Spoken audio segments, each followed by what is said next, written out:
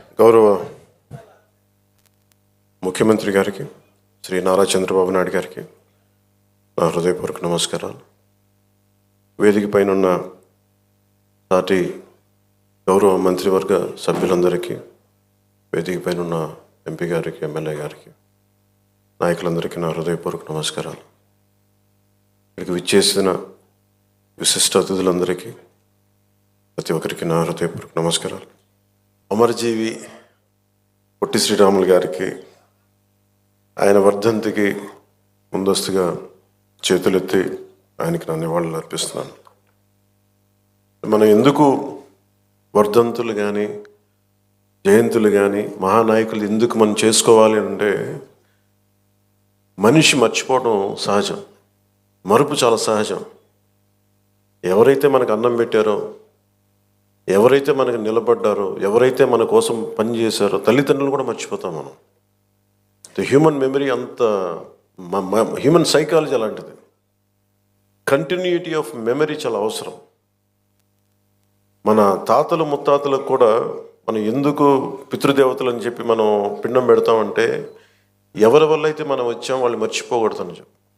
అలాంటిది ఇన్ని కోట్లాది మందికి ఈ రోజున నాలాంటి వాడు కూడా రాష్ట్రానికి ఈ స్థాయిలో మీరందరూ పెట్టగలిగారంటే దానికి ఉనికినిచ్చినవాడు. 50 రోజుల పైన అన్నపానీయాలు లేకుండా కడుపు మలమలమల మాడిపోతూ, పేగులు యాసిడ్ పేగుల్లోంచి వస్తూ ఉంటే, మంటలు మండిపోతూ ఉంటే, దానికి ఏమి చేయాలో తెలియక ఒక మట్టి తీసుకొని, బంకమట్టి తీసుకొని ఒక బట్టగా రాసి దాన్ని తడిపి పొట్టకి చుట్టుకొని మహాక్షోభ అనిపించిన మహానుభావుడే. భార్య చనిపోయింది, కొడుకు చనిపోయాడు, కేవలం సమాజం కోసం, దేశం కోసం బతికిన మహానుభావుడే. ఆయన వేదన ఇవన్నీ ఎప్పుడు ఎక్కువ మందికి తెలియదు. ఆయనకి ఏదో ఒక ఆయన వల్ల వచ్చిందని ఒక చిన్నప్పుడు స్కూల్లో చదువుకుంటూ మాకు అనిపించి, అంతకుమించి ఎప్పుడు ఉండేది. నాకు ఎప్పుడు కూడా ఎందుకు వెతికేవాడంటే, స్పెషల్ పాలిటిక్స్కి వచ్చాక అది కూడా ఆయన గొప్పతనం ఎప్పుడు మాకు మరింతగా అర్థమైంది అంటే, రాష్ట్ర విభజన జరిగిన తర్వాత ఎవరైతే మనకి మూలకారకులు ఆంధ్రప్రదేశ్కి, ప్రతిసారి పొట్టి శ్రీరాములు గారి విగ్రహం ఎతకాలి అంటే ఆర్యవైశ్య సమాజంలో దొరుకుతుంది తప్ప తక్కువ చోట్ల దొరుకుతుంది. ఆయన ఒక జాతికి నాయకుడు కాదు, ఒక కులానికి నాయకుడు కాదు, ఆంధ్ర జాతికి నాయకుడు ఆయన. అలాగే భాషా ప్రయుక్త రాష్ట్రాలకి ఆద్యుడు, దానికి దారి వేసినవాడు. స్వాతంత్రం వచ్చిన తొలి రోజుల్లో ఇది. ఇందాక మనం దాంట్లో చూస్తూ ఉంటే ఆయన మీద చేసిన ఆ డాక్యుమెంటరీ ఫిల్మ్ కూడా చాలా అద్భుతంగా తీశారు. INPR డిపార్ట్మెంట్ అందరికీ నా హృదయపూర్వక మీకు అభినందనలు తెలియజేస్తున్నాను. చాలా అద్భుతంగా తీశారు, చాలా హృదయానికి హత్తుకునేలా తీశారు, గుండెలు కదిలించేలా తీశారు. స్వాతంత్రం వచ్చిన కొత్తలో ఎలా ఉందంటే దేశం, ఇది నేను వీటి మీద హిస్టరీ బుక్స్ చదువుతూ ఉంటే, నెహ్రూ గారు ఒకవైపు పాకిస్తాను, భారతదేశం అఖండ భారతం 2 ముక్కలుగా విడిపోతుంటే, మత ప్రాతిపాదికన ముస్లింలు మేము వెళ్ళిపోతామని చెప్పి చిన్న నాయకత్వంలో పాకిస్తాన్ వెళ్ళిపోతుంటే, మన అన్ని మతాలు ఒకటి అని మనం పట్టుకుంటే, అలాంటి సమయంలోనే నెహ్రూ గారి థాట్ ప్రాసెస్ ఎలా ఉండిందంటే, ఆయన చదువుతూ ఉంటే ఆయన ఒకవైపు నరికేస్తూ ఉన్నారు పాకిస్తాన్లో హిందువుల్ని.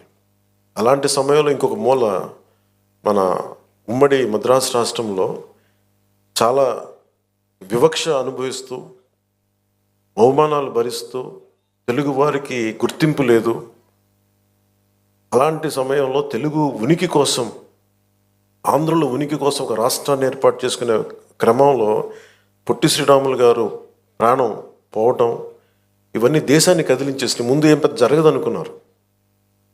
నెహ్రూ గారు అన్నది కూడా ఏంటంటే, అసలే రాష్ట్ర విభజన జరిగిన ఈ పరిస్థితుల్లో మళ్ళీ ఈ వివక్ష ఏంటి, మళ్ళీ కూర్చోబెట్టి భాషా ప్రయుక్త రాష్ట్రాలు దేశాన్ని ఎలా కలిపించాలి అనేది ఆయనది. ఒకవైపు ఏమో వాస్తవం ఏంటంటే, ఇక్కడ మీరు సంబంధం లేదని చెప్పేసి వివక్ష. వీటి మధ్యలో రాష్ట్ర నాయకులు కానీ దేశ నాయకులు కానీ ఎంతో నలిగిపోయి, ఆయన కూడా ఎందుకు ఆయన మీద కోపం అందరికీ ఎందుకు రాలేకపోయారు, ఎందుకు శవాన్ని మోయడానికి ఎందుకు రాలేదంటే, కోపం అన్నమాట. ఆయన వదిలేస్తే కొద్దిమంది ఘంటసాల గారు లాంటి పెద్దలు కానీ వీళ్ళందరూ వచ్చి, అంటే నలుగురు మన రాష్ట్రం కోసం ఏర్పడిన వ్యక్తికి శవాన్ని మోయడానికి, పాడి మోయడానికి నలుగురు కూడా కనా కష్టాలు పడాల్సి వచ్చిందంటే నిజంగా అది గుండె కదిలించేసింది. అలాంటిది ఈయన మన గుండెల్లో పెట్టుకోవాల్సిన మహానుభావులు ఆయన. ఈ రోజున ఆంధ్రులు అని చెప్పుకుంటున్నాం అంటే ఆయన బలిదానమే మనల్ని ఇక్కడ నించోబెట్టింది. నాకు చాలాసార్లు రకరకాలుగా ఉంటుంది. ఒకసారి ఆంధ్రప్రదేశ్ మన భాషా ప్రయుక్త రాష్ట్రాలు జరిగిన తర్వాత మనకి ఒకసారి మన కర్నూలు రాజధానిగా ఒక డేట్ పెట్టాం. తర్వాత మళ్ళీ మనకి తెలంగాణ రాష్ట్రాన్ని విలీనం చేసి ఉమ్మడి ఆంధ్రప్రదేశ్ ఏర్పడిన ఒకటి మళ్ళీ విడిపోయిన తర్వాత ఇవన్నీ మొన్న చాలాసార్లు క్యాబినెట్లో మాట్లాడుతూ ఉంటే గౌరవ ముఖ్యమంత్రి గారు చంద్రబాబు నాయుడు గారు చెప్పింది, ఆయన ఆత్మార్పణ దినాన్ని మనం చాలా ఘనంగా జరుపుకోవాలి. ఇంకా సమయం లేక ఇక్కడ మన తుమ్మలపల్లి కళాక్షేత్రం జరుపుకోవాల్సి వచ్చింది. లేదంటే ముఖ్యమంత్రి గారి మనసులో చాలా భారీగా ఇదో జరుపుకోవాలి, సరిపోవట్లేదు, ఒక్కసారికి ఇలా చేద్దాం, కానీ తర్వాత చాలా గొప్పగా చేద్దాం, దీన్ని అందరూ రాష్ట్రం గుర్తుండిపోవాలి. అంటే ఆయన త్యాగం ఈ రోజున మనందరం కూర్చొని ఈ రోజున మన ఆంధ్రులు అని చెప్పుకుంటున్నాం. భారతదేశంలో ఒక బలమైన రాష్ట్రంగా ఏర్పడ్డామంటే అలాంటి మహానుభావుడి పాదాలకి నేను సాష్టాంగపడి పాదాభివందనాలు తెలియజేస్తూ, ఈ రాష్ట్రం ఒకరి బలిదానం మీద జరిగింది. త్యాగాలు లేకుండా ఏమీ జరగదు. ఆయన తల్లి మన భార్య బిడ్డను పోగొట్టుకొని ఎందుకు చేయాల్సి వచ్చింది అంటే మనందరి కోసం చేసిన వ్యక్తి. తనను దాటి ఆలోచించేవాడు. తన కుటుంబం కాదు, ఇది నా కుటుంబం అని జగమంతా తన కుటుంబం అనుకున్న మహానుభావుడు. తనను దాటి ఆలోచిస్తేనే మహానాయకుడు అవుతాడు. తన కుటుంబాన్ని దాటి, తన పరిసరాల్ని దాటి, తనది అని దాటి వచ్చినవాడు మహానాయకుడు అవుతాడు. అలాగే ఈరోజు మనకి ఆయన స్ఫూర్తిని మాకు క్యాబినెట్లో వివరించి చెప్పి మమ్మల్ని అందరినీ ఉత్తేజపరిచి ఆయన చేసిన త్యాగాల్ని మాకొకసారి మరోమారు గుర్తు చేసి మా అందరికీ ఒక బాధ్యతని గుర్తు చేసి మాకు ఆయన ఆత్మార్పణ దినాన్ని చాలా బలంగా జరుపుకోవాలి, మనం కృతజ్ఞతలు అయి ఉండాలి, దానికి మనం బద్దులై ఉండాలని చెప్పి 10 సార్లు మాకు ఉత్తేజపూరితంగా చెప్పిన శ్రీ నారా చంద్రబాబు నాయుడు గారి మనస్ఫూర్తిగా వారికి నా కృతజ్ఞతలు, నా అభినందనలు తెలియజేస్తున్నాను. ఎందుకంటే కంటిన్యూటీ ఆఫ్ మెమరీ లేకపోతే ఏమైపోద్దంటే తల్లిదండ్రులు కూడా మర్చిపోతాము. అలాంటిది ఈరోజు ఎందుకు జరుపుకోవాలంటే ప్రతిరోజు మనం గుర్తు పెట్టుకోవాలి. నేను ఈరోజు అన్నం తింటున్నాను, నేను ఒక పదవి వచ్చింది, నేను ఒక ఉద్యోగం చేస్తున్నాను, భాషా ప్రయుక్త రాష్ట్రాలు వచ్చినాయి అంటే ఆయన బలిదానం వల్ల. అది గుర్తుపెట్టుకోవడానికి ఇలాంటి సంస్మరణ దినాలు చాలా అవసరం గుర్తుపెట్టుకోవడానికి. అలాగే ఆయన చేసిన త్యాగాన్ని మరింత ఇనుముడింప చేయాలి అంటే ఇందాక గౌరవ మంత్రి పార్థసారథి గారు చెప్పినట్టుగా గౌరవ ముఖ్యమంత్రి శ్రీ నారా చంద్రబాబు నాయుడు గారి నాయకత్వంలో విజన్ 2047 ఆవిష్కరించారు పుస్తకాన్ని. ఎలా ఉండాలి విజన్ అనేది. ఆయన ఒక పుట్టి శ్రీరాములు గారు ఒక కలగన్నారు, ఆంధ్రులకి ఒక ప్రత్యేక రాష్ట్రం కావాలని. నందమూరి తారక రామారావు గారు తెలుగు ప్రజలను ఎప్పుడు కూడా మద్రాసులు అంటే నేను తెలుగువాడిని సగర్వంగా చెప్పి, తెలుగువాడు కాలర్ ఎగరేసుకున్న తెలంగాణలో ఉన్న ఎక్కడున్నా సరే మాకంటూ ఒక ఉనికి ఉందని ఆత్మగౌరవాన్ని చాటి చెప్పిన మహానుభావులు శ్రీ ఎన్టీ రామారావు గారు. అలాగే చంద్రబాబు నాయుడు గారు మొన్న చెప్పాను, ఒక పార్టీని నడుపుతూ ఎంత కష్టమో నేను చెప్తా ఉన్నాను. ఆయన మనుగడ సభలో చెప్పాను, చాలా కష్టం ఒక పార్టీని నడపడం. ఒక 5 కోట్ల మంది, ఇన్ని కోట్ల మంది ప్రజల తాలూకు జీవితాన్ని నిర్దేశించే పాలసీలు తీసుకురావడం చాలా కష్టం, కంకణబద్దులై ముందుకు తీసుకెళ్ళడం కష్టం.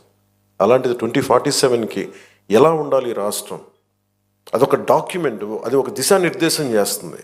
ఇలాంటి అవకాశాలు ఉన్నాయి, ఎంత పెట్టుబడి పెట్టబోతున్నాం, లేదంటే మనం నేచర్ ఫార్మింగ్ ప్రకృతి వ్యవసాయం చేస్తున్నాం, లేదంటే ఇన్ని ఉద్యోగాలు కల్పించబోతున్నాం, లేదంటే ఇలాంటి మన టూరిజంలో ఇలాంటి ఆలోచనలు ఉన్నాయి. ఇవన్నీ ఏం చెప్తున్నాయి అంటే ఎవరైనా అందిపుచ్చుకోవచ్చని. దీనికి ఒక కులం లేదు, ఒక మతం లేదు, ఒక ప్రాంతం లేదు. ఏ జిల్లాలైనా సరే మనకున్న 26 జిల్లాల్లో కూడా కులానికి, మతానికి, ప్రాంతం లేకుండా ఎవరి సమర్థత ప్రతిభ మీరు పెంపొందించుకుంటే ఈ అభివృద్ధిలో భాగస్వామ్యం కావచ్చని చెప్పేది డాక్యుమెంట్. అది దానికి ఎవరు విమర్శిస్తున్నారని ఎవరన్నా నాకు అనుకుంటే ఇలాగే విమర్శించారు ఆయన. 1990లో కూడా విజన్ 2020 ఏంటి అర్థం లేదన్నది అందరికీ కనిపిస్తే వాళ్ళు మహానాయకులు ఎందుకు అవుతారు? ఆయనకి కనిపించింది రాళ్లలో రప్పలో ఒక మహానగరాన్ని సైబరాబాద్ వచ్చింది. దానిలో కొన్ని లక్షల మంది. మన రాష్ట్ర విభజనకి సర్ప్లస్ బడ్జెట్ వచ్చేంత స్థాయికి ఒక క్యాపిటల్ పట్టుకుంది.